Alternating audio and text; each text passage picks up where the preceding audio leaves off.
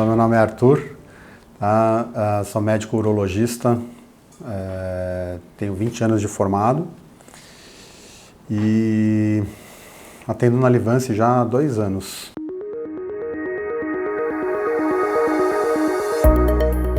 A gente tem alguns fatores que levam ao aumento, né, da chance de você ter um câncer de próstata.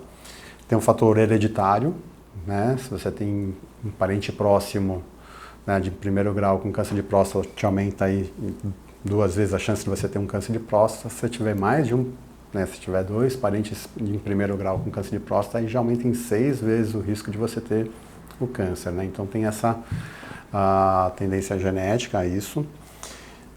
E a obesidade é um fator que aumenta a chance de você ter um câncer de próstata.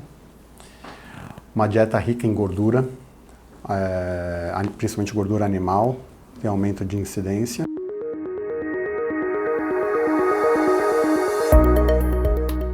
O diagnóstico, ele é feito durante a consulta médica. Ele, principalmente no exame físico, né? A gente faz o exame do toque retal, em que a gente sente o tamanho, a consistência da próstata e vê se tem algum nódulo ou não, vê se ela está endurecida ou não. E no exame de sangue inicial pelo PSA, tá? O PSA é uma enzima que é produzida pela próstata e ela fica aumentada em alguns casos, né? Nos casos de inflamação da próstata, de infecção da próstata ou de câncer de próstata.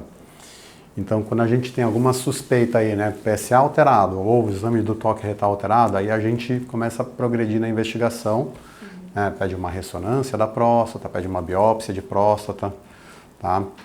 E aí, fazendo o diagnóstico do câncer, a gente tem que fazer o estadiamento, tá? Para saber se ela é uma doença localizada ou se já tem, ou se é uma doença metastática, né? Já tem metástase à distância. E fazendo o diagnóstico precoce, né, da doença localizada, a gente tem uma chance de cura por volta de 90% da doença, tá? E quando a gente faz um diagnóstico já com a doença metastática, aí a chance de cura praticamente não tem. A gente tem que pensar mais na paliação, né, em retardar a evolução desse câncer. E com relação ao tratamento, a gente também divide, né, em doença localizada ou doença metastática. A doença localizada pode ser tanto vigilância ativa, ou seja, observar.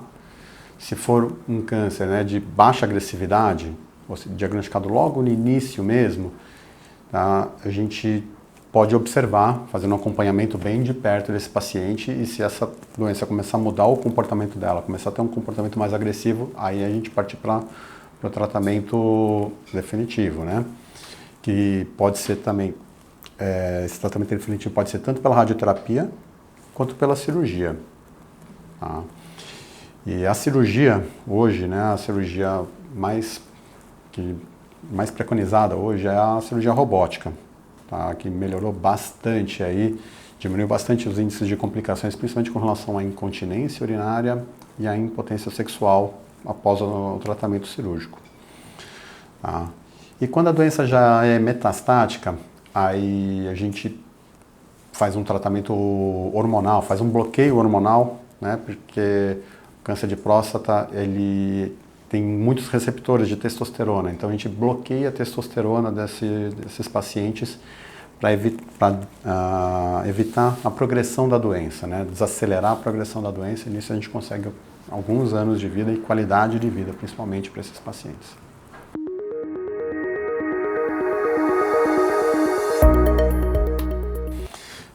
Olha, tem uma estimativa pelo INCA, né, o Instituto Nacional do Câncer, de mais ou menos 65 mil casos por ano, tá? Agora nesse ano de 2022.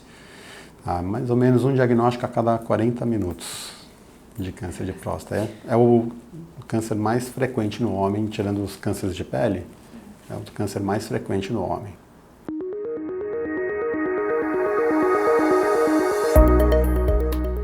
O papel do médico, né, antes de mais nada, é orientar, né, vir na consulta, se examinar, fazer um exame de rotina anual para a gente fazer a detecção precoce, né?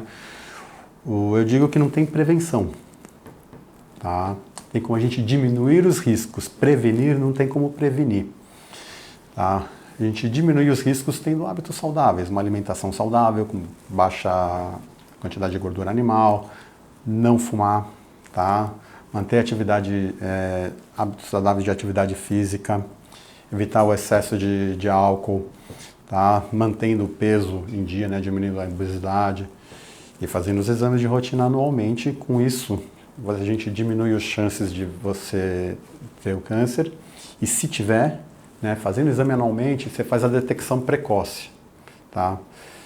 Porque o câncer de próstata, ele não dá sintoma, tá? Ele só vai dar sintoma quando ele já está mais avançado. Então, fazendo a detecção precoce, a gente consegue maior taxa de cura.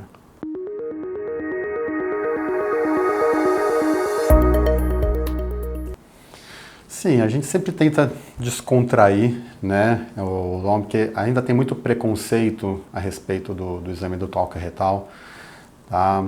Graças a Deus, essa campanha do Novembro Azul, da conscientização do homem ir ao médico e se cuidar, tá? Que já tem, se não me engano, acho que desde 2011, né, que começou essa campanha. Então tem os homens têm se conscientizado cada vez mais para fazer o exame de rotina da próstata, tá? E durante a consulta, né, principalmente quando é a primeira vez, o primeiro exame, eles sempre estão um pouco nervosos, né? Então a gente tenta descontrair, explica como é que é o exame, né? Porque tem muito preconceito, e tem muita piada ao redor do exame de próstata que o homem fica meio desconfortável. Então a gente explica, né? O melhor jeito para diminuir o preconceito é explicando a importância do exame, né? Então, a grandíssima maioria hoje faz o exame, são poucos hoje que negam o exame, né? A gente sempre oferece o exame do toque retal durante a consulta, né? Graças a Deus, a maioria faz, são poucos que falam, não, doutor, não quero fazer, e a gente respeita a opinião do paciente, né? Então, a gente sempre tenta descontrair o paciente, né, durante a consulta, para deixar ele mais à vontade, explica como é que é o exame, e com isso, a tendência a fazer o exame, aceitar, é bem maior.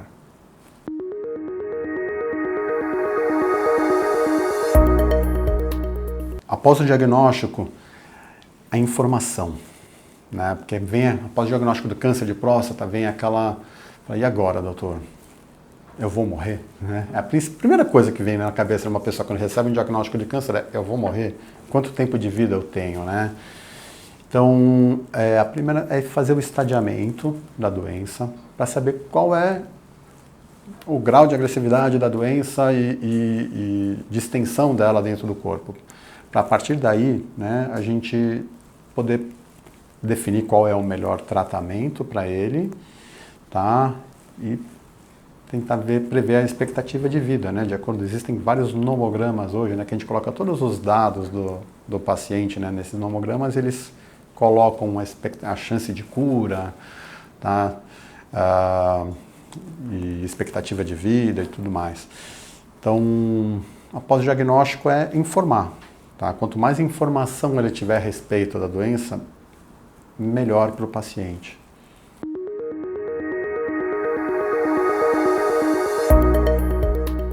Bom, tendo como resumo, né, de importância a respeito do Novembro Azul, conscientização de todo homem acima de 50 anos de idade, sem fatores de risco, tá? Ou os homens, a partir dos 45 anos de idade, com fatores de risco de obesidade, raça negra ou histórico familiar da doença, procurar anualmente o urologista, tá? Mesmo se não tiver sintomas, tá? Ou se tiver com algum sintoma, principalmente dificuldade para urinar, tá? Procurar o urologista para fazer um acompanhamento, que não existe só o câncer de próstata, né? Existem outras doenças da próstata, muito mais frequentes, como a hiperplasia da próstata, que costumam dar bastante sintomas e que a gente consegue aliviar bastante esses sintomas com medicamentos e às vezes necessárias cirurgias também. Então, o importante é vir anualmente ao urologista, tá? Fazer exame de rotina, deixar o preconceito de lado, fazer exame do toque, tá? Fazer os exames de sangue, exames de imagem, tá? Para com isso fazer uma detecção precoce das possíveis doenças da próstata e com isso tratar, de melhorar qualidade de vida e quantidade de vida, quando for o caso. Agradeço a Livance pela oportunidade de estar aqui conversando a respeito da doença, esse tema tão importante.